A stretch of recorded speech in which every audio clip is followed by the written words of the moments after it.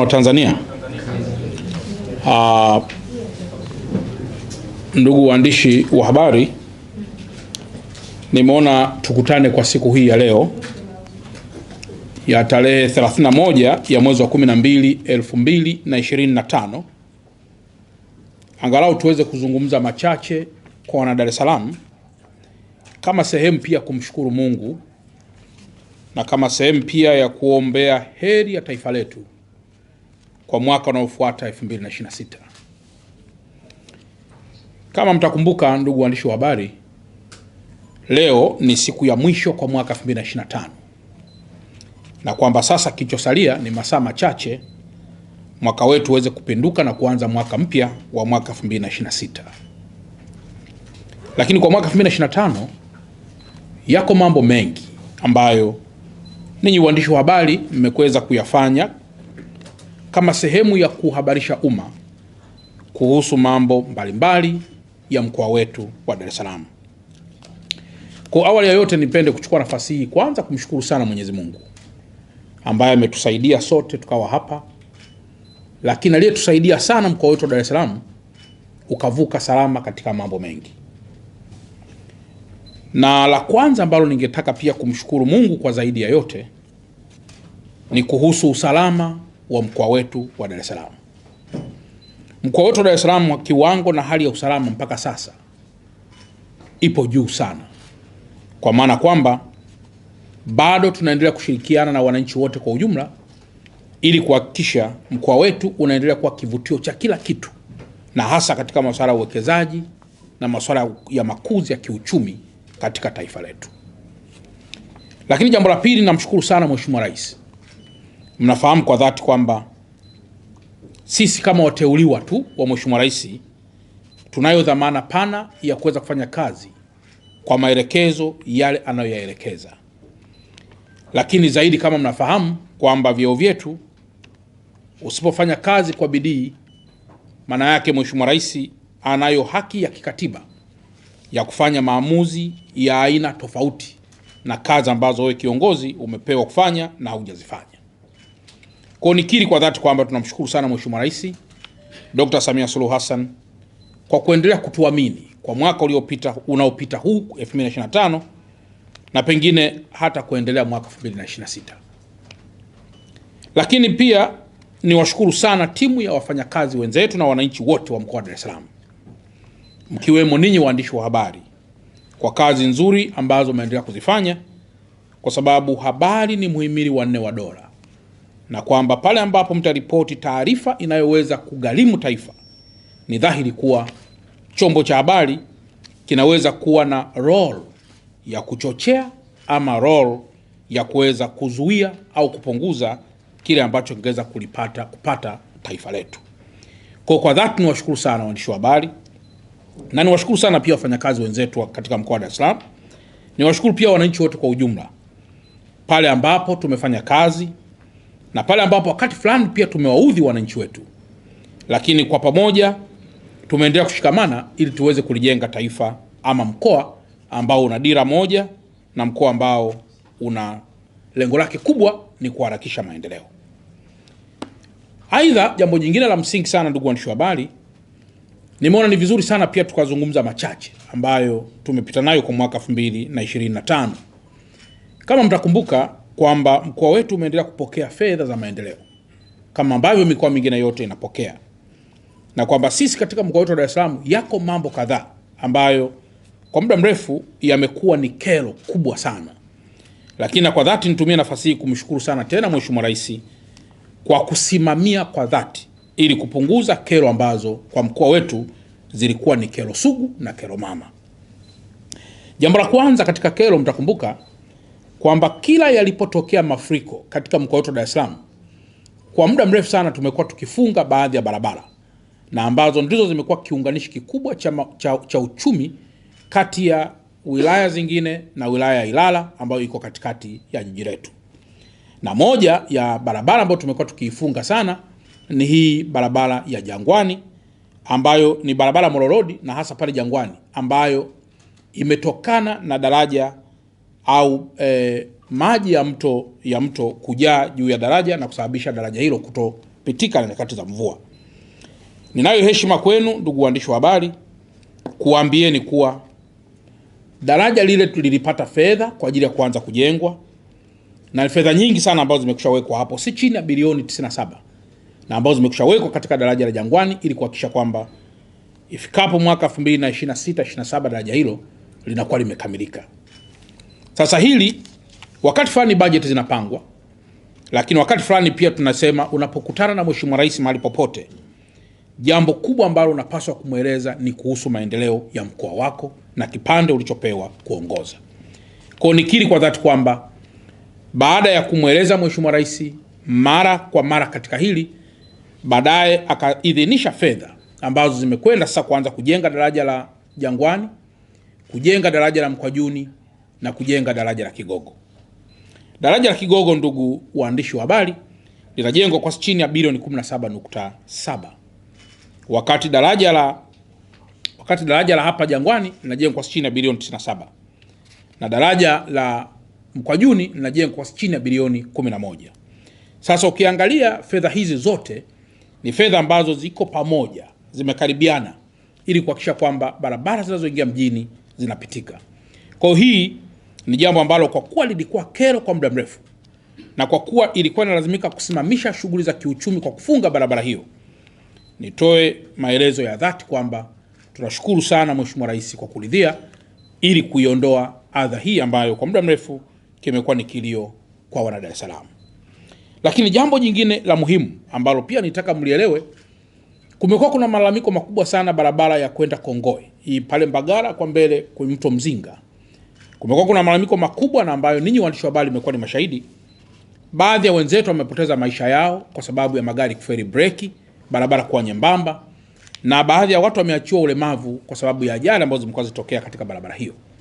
Ndugu waandishi wa habari, kwa sasa Mheshimiwa Rais aliridhia chini ya Wizara ya Ujenzi kwamba barabara hiyo itanuliwe, barabara ambayo inaitwa Rangi Tatu Kongoe, Mbagala Rangi Tatu Kongoe ipanuliwe, na kwamba sasa inajengwa kwa si chini ya bilioni 54.5, na ujenzi huo kwa sasa umefikia 25%.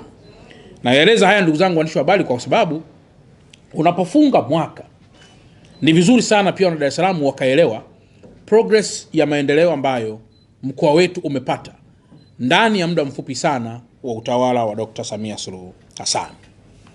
Lakini jambo la tatu jingine katika mfumo huo wa barabara, kama mtakumbuka, Dar es Salaam kwa sasa imewekeza viwanda vingi upande wa Kisarawe tu pale Kigamboni. Na kumekuwa kuna malalamiko makubwa sana ya muda mrefu kuhusiana ubovu wa barabara ya kutoka Kibada, Mwasonga mpaka Kimbiji. Barabara ile ndugu zangu waandishi wa habari, barabara ile inajengwa sasa kwa kilomita 41 na ujenzi huo umekwisha fikia 50%. Madaraja yanajengwa na anajenga mzao mwenzetu ambaye anaitwa Esteem, na wakati tayari madaraja mengine yamechanganyikana kati ya wazawa pamoja na watu ambao sio wazawa, lakini kutokana na ukubwa wa mitambo. Barabara ile ndugu zangu inajengwa kwa bilioni 83.8. Na hiki kilikuwa ni kilio kikubwa sana cha wawekezaji wakubwa ambao wamewekeza kule Kigamboni, na sasa barabara hii inajengwa kwa bilioni 50 kwa bilioni 83.8, na ujenzi wake umefikia kama nilivyosema 50%. Lakini kama mtakumbuka pia mwaka jana au mwaka juzi zile mvua nyingi, wapo wananchi barabara Kunduchi walidai tumeokota magari ambayo kama mtakumbuka ni baada ya madaraja kusombwa. Madaraja yale Mheshimiwa Rais ametoa fedha si chini ya bilioni 11 pale chuo cha NDC kwa chini, ili pia daraja lile na lenyewe liweze kutengenezwa vizuri na Watanzania waweze kupita. Kwa sisi mkoa wetu Dar es Salaam kwenye upande wa barabara na hasa zinazomilikiwa na TANROADS peke yake kuna zaidi ya bilioni 900 ambazo zimewekwa katika mabarabara, ukiweka barabara za mwendo kasi, barabara za kawaida pamoja na madaraja yake. Kwa hiyo tunapofunga mwaka 2025 ni vema tukawaeleza wana Dar es Salaam kuhusu adhima ya makuzi ya mkoa wetu ambayo serikali imeweka chini ya uongozi ama utawala wa Mheshimiwa Rais Dr. Samia Suluhu Hassan. Pamoja na haya, zipo barabara zingine nyingi ambazo nitawaachia dokumenti hapa kwa manufaa ya wana Dar es Salaam wenzetu waweze pia kuzisoma, barabara ambazo zinatengenezwa. Moja ikiwa ni ujenzi wa daraja la Mtongani na mifereji ya mvua kwa pesa nyingi chini ya bilioni 24, lakini pamoja pia na barabara zingine nyingi ambazo pia zimeendelea kushughulikiwa katika kipindi kifupi hiki cha utawala wa Mheshimiwa Dr. Samia Suluhu Hassan. Lakini kama itoshi, ndugu zangu waandishi wa habari, upande wa TARURA zipo pia barabara kwa program maalum ya DMDP2. DMDP inajenga barabara zake hapa Dar es Salaam. Na kwa sasa kama mtakumbuka, tulisema zitajengwa barabara za chini ya kilomita 255. Lakini so far status ya sasa tumesha saini mikataba 21 ambayo ina kilomita 158. Na katika kilomita hizi 158 zinajengwa kwa bilioni 438. Na mpaka sasa ujenzi wa barabara hizo za DMDP2 ziko asilimia 26 mpaka asilimia 46 katika ujenzi wake.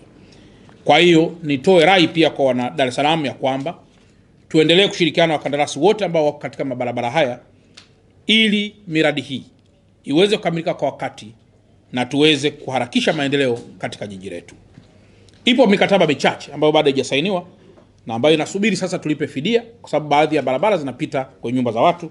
Tulipe fidia, alafu baada hapo wananchi waendelee kupata huduma za barabara. Lakini vile vile, ndugu waandishi wa habari, mtakumbuka kwamba kwa miezi michache hapa nyuma tumepita katika kipindi kigumu cha ukame. Na katika kipindi hiki kigumu sana cha ukame, ndugu waandishi wa habari, sisi Dar es Salaam tunategemea sana maji yanayotoka mto Ruvu.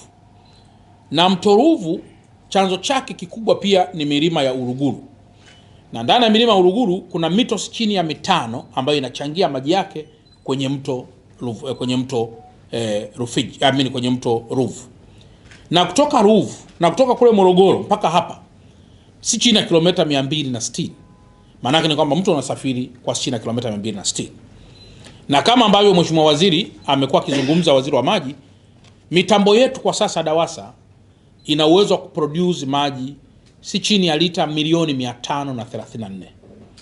Na nisema lita milioni 534 kipindi chote cha ukame, manake mitambo ilikuwa inaweza kuzalisha maji ya si chini ya lita ambazo nimezitaja.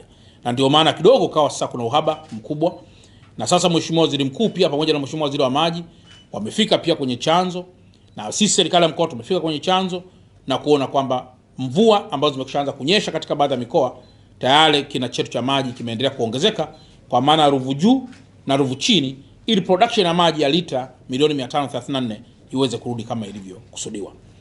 Pamoja na hili, iko mikakati mingi, na moja mikakati mkubwa ni kuhakikisha tunatumia ipasavyo maji ya ardhini, kwa maana ya ground water, ili sasa wana Dar es Salaam waweze kupata maji muda wote, hata kipindi cha ukame. Lakini kama hiyo haitoshi, Mheshimiwa Rais wa Jamhuri ya Muungano wa Tanzania aliona ni muhimu sasa kutengeneza bwawa pale Kidunda, Morogoro, bwawa ambalo litatunza maji lita bilioni 190, ambalo maji hayo yatakuwa ni mtiririko wa maji ya mvua, yatahifadhiwa katika bwawa la Kidunda. Lakini bwawa hilo litasevu zaidi maji hasa kipindi cha ukame, hasa kwa mkoa wa Dar es Salaam na mkoa wa Pwani. Na mpaka muda huu zaidi ya asilimia 40 zimekwisha endelea kukarabatiwa, kutengenezwa kwa bwawa hilo, na kwamba ifikapo mwaka 2026 kwa mujibu wa taarifa za wizara, maana yake ni kwamba bwawa litakuwa limekamilika kuprovide maji, lakini zaidi pia kuzalisha umeme wa chini ya megawati 20. Kwa ndugu zangu waandishi wa habari, nimeona kwanza tuwape pole wana Dar es Salaam kwa ile adha ya muda mfupi katika kipindi hiki tunachofunga mwaka, lakini zaidi pia tuwaeleze mipango mikubwa ya serikali ambayo imekushawekeza ili kuhakikisha kwamba mipango hii ya maendeleo katika mkoa wetu inatimizwa. Lakini Mheshimiwa Rais wa Jamhuri ya Muungano wa Tanzania pia ameelekeza kwa Wizara ya Maji kwamba sasa ni muda mwafaka pia wa kuchukua maji kutoka mto Rufiji ili aweze pia kuja moja kwa moja kuhudumia wakazi wa Dar es Salaam na pengine wakazi wa mkoa wa Pwani na wakazi wa mkoa wakazi pengine maeneo mengine jirani. Na kwa maelezo pia Mheshimiwa Waziri wetu wa Maji ni kwamba tayari taratibu zimekwisha anza ili kuhakikisha kwamba baada ya muda tunapata tena maji yanayotoka katika mto Rufiji. Na kama mnavyojua kule tayari kuna bwawa la Mwalimu.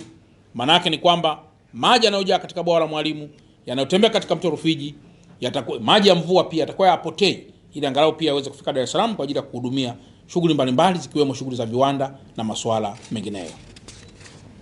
Ndugu waandishi wa habari, kwa upande wa TANESCO kwa leo hatuna matatizo makubwa. Ni sekta ambayo wamejitahidi kwa kiasi kikubwa sana, na mpaka sasa malalamiko katika sekta ya umeme yamekuwa sio kama mwanzo. Sasa kilichopo kwa mkoa wa Dar es Salaam, kuna miradi mikubwa ya ubadilishaji sasa wa miundombinu ile ya usambazaji wa umeme, pamoja sasa pia na miradi mingine ambayo ipo hapa kwetu, ikiwa ni pamoja na ujenzi wa substations na kuongeza nguvu za substations hizo ili ziweze pia kusave baadhi ya maeneo. Kwa ndugu waandishi wa habari, tumeona pia ni muhimu tukawaeleza wenzetu pia wana Dar es Salaam, ili waone kwamba tunapofunga mwaka huu 2025 ni mambo gani serikali imekwisha anza kuyatekeleza kama sehemu pia kuhakikisha kwamba tunajiimarisha katika masuala madhubuti ya maendeleo katika mkoa wetu kwa ujumla wake. Jambo nyingine ndugu waandishi wa habari, mtakumbuka kwamba leo tunafunga mwaka, na ikifika tarehe 1 tayari tunaanza kujiandaa na ufunguaji wa shule. Sasa ni vizuri pia mkafahamu mwenendo wa shule zetu katika mkoa wa Dar es Salaam. Kwanza, mkoa wetu wa Dar es Salaam tumejipanga vizuri ili kuhakikisha tunawapokea wanafunzi wote waliofaulu kuingia kidato cha kwanza. Tunawapokea wanafunzi wote waliofaulu kuingia kidato cha kwanza. Na mkoa wa Dar es Salaam kwa mwaka 2026 vijana 95,323 ndio wanaotarajiwa kuanza kidato cha kwanza. Wanaotarajiwa kuanza kidato cha kwanza wanafunzi 95,323. Na kwa mantiki hiyo tumejiandaa kuhakikisha kwamba wanafunzi wote wanaingia madarasani kwa kuwa na madarasa yanayotosha, na kama mmeona baadhi ya shule tumekushaanza kujenga shule za mfumo magorofa, na Mheshimiwa Waziri wetu wa TAMISEMI, Waziri wa Nchi Ofisi ya Waziri Mkuu, Tawala za Mikoa na Serikali za Mitaa, Profesa Shemdoe ameelekeza kwa dhati kwamba kabla ya tarehe 10 ya mwezi wa kwanza tuhakikishe miundombinu yote ya kuwapokea wanafunzi ipo tayari kwa ajili ya kuwapokea wanafunzi wote waliofaulu, na kwamba wazazi jukumu lao linalotakiwa ni kuhakikisha kwamba wana provide mahitaji ya muhimu kwa watoto wao ili watoto waweze kuingia mashuleni. Ni kweli kwa dhati kwamba yapo baadhi ya maeneo tumeendelea kuwekeza nguvu kubwa ili kuhakikisha madawati yanayopatikana yanalingana na wanafunzi.